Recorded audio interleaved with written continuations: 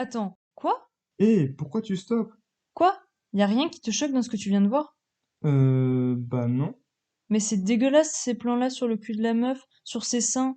Bravo pour l'image de la femme, quoi. Je vois pas le problème. Il y a plein de films comme ça me paraît normal. Justement, c'est pas normal que ce soit considéré comme normal. Tu n'as jamais entendu parler du female gaze? Le quoi? Le female gaze, ou regard féminin en français. Après tout, c'est malheureusement normal si ça ne te dit rien. C'est une notion, somme toute nouvelle, et peu ou pas assez répandue si tu veux mon avis. Eh bien, je t'en prie, apprends-moi. Laissons plutôt parler l'experte.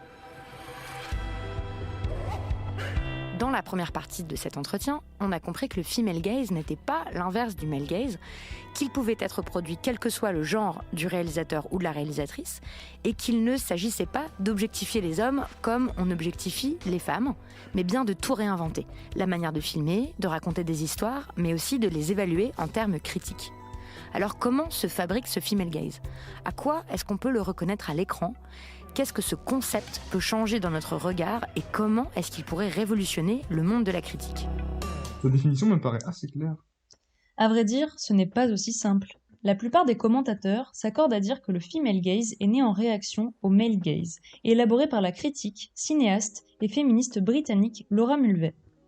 Elle développe l'idée que tout ce qui constitue un film, donc les images, les personnages, les histoires et les dialogues, est construit sur l'inconscient de la société patriarcale. Regarder sera généralement considéré comme le rôle du personnage masculin, alors que le rôle passif d'être examiné sera interprété par une figure féminine. En fait, pour faire simple, le male gaze, c'est quand, dans un film, la femme est perçue comme un objet et réduite à ses attributs féminins sous le regard d'un homme. Je vois. Ça me fait penser à un truc que j'ai vu en cours l'autre jour. On travaillait sur Freud et lui a créé un terme, scopophilie, je crois, qui est le plaisir voyeuriste que ressent une personne en observant une autre. C'est généralement lié au sexe, comme si tu possédais la personne que t'étais en train de mater juste avec tes yeux. C'est un ouf. Non, mais arrête de me fixer comme ça, tu me fais peur. Tu es désormais une table basse. Non, regarde ça plutôt.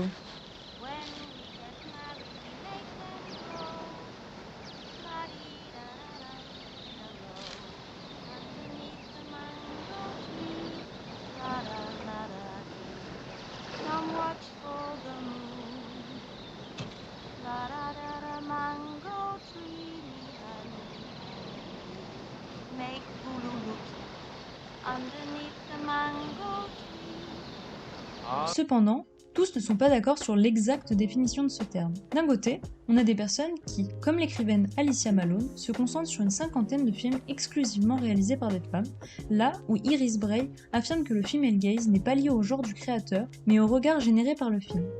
Le female gaze est inclusif, il n'a pas vocation à exclure quiconque.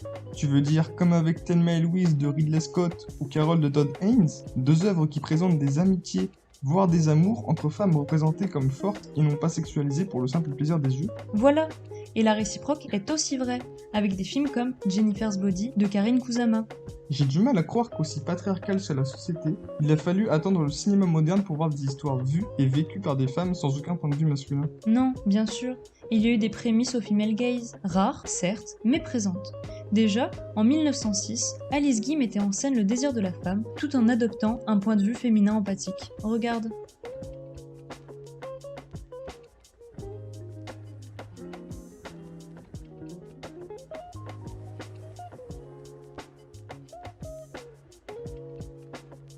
D'accord, d'accord. Mais concrètement, ce regard féminin, ça donne quoi? Eh bien, narrativement d'abord, un film female gaze va mettre le plaisir de la femme au devant de la scène et non pas le nier. En outre, l'héroïne ne sera pas passive et son corps lui appartiendra. C'est le cas, par exemple, de Rose dans Titanic qui exige et non subit sa nudité. Ce n'est jamais gratuit. The last thing I need is another picture of me looking like a porcelain doll. As a paying customer, I expect to get what I want.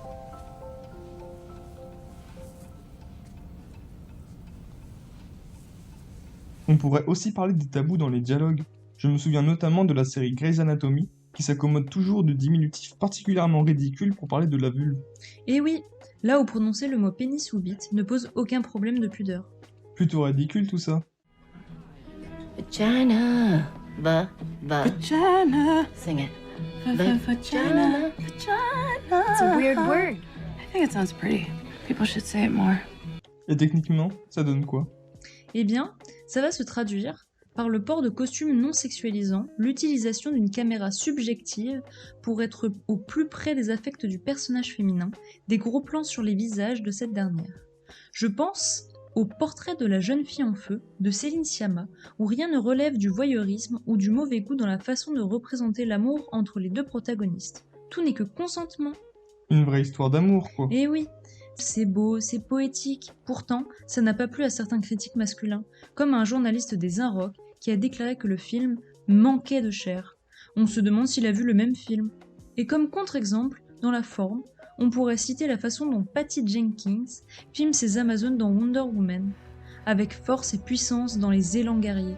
Mais puisque les images parlent souvent plus que les mots,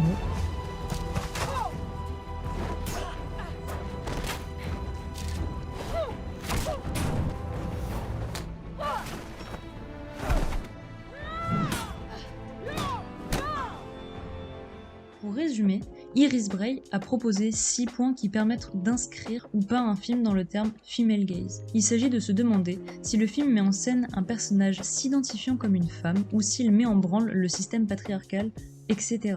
C'est bien beau tout ça, mais j'ai quand même l'impression que la condition de la femme dans l'industrie, c'est pas trop ça quoi. Les films dits female gaze me semblent vachement minoritaires. Entre 2011 et 2015, seulement 20% des films français étaient faits par des réalisatrices. Ces dernières sont par ailleurs payées en moyenne 42% moins que leurs homologues masculins. Et je ne parle même pas des cérémonies de récompense. Que ce soit aux Césars comme aux Oscars, on compte seulement une seule femme récompensée de la statuette pour la meilleure réalisation.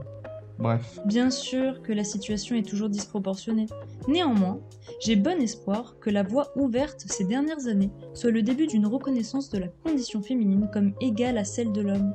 Nombreuses sont les œuvres qui, ces dernières années, épousent le concept du female gaze. Sur la décennie passée, le 7e art nous a offert plusieurs portraits de femmes puissantes, comme dans Mademoiselle de Park Chan-wook ou Three Billboards de Martin McDonagh. Il y a aussi Elle de Paul Verhoeven, récompensé des deux côtés de l'Atlantique pour son portrait d'une femme violée qui prend le pouvoir sur son agresseur et renverse le rapport de force préétabli. Enfin, la télévision n'est pas en reste. En atteste le succès de la série I Love Dick, qui propose un regard inédit sur la sexualité. Cette fois, c'est la femme qui vient fantasmer sur l'homme qu'elle désire, Dick. On parle de ses envies à elle. Eh bien, merci pour toutes ces explications. J'en connais un qui s'endormira moins con.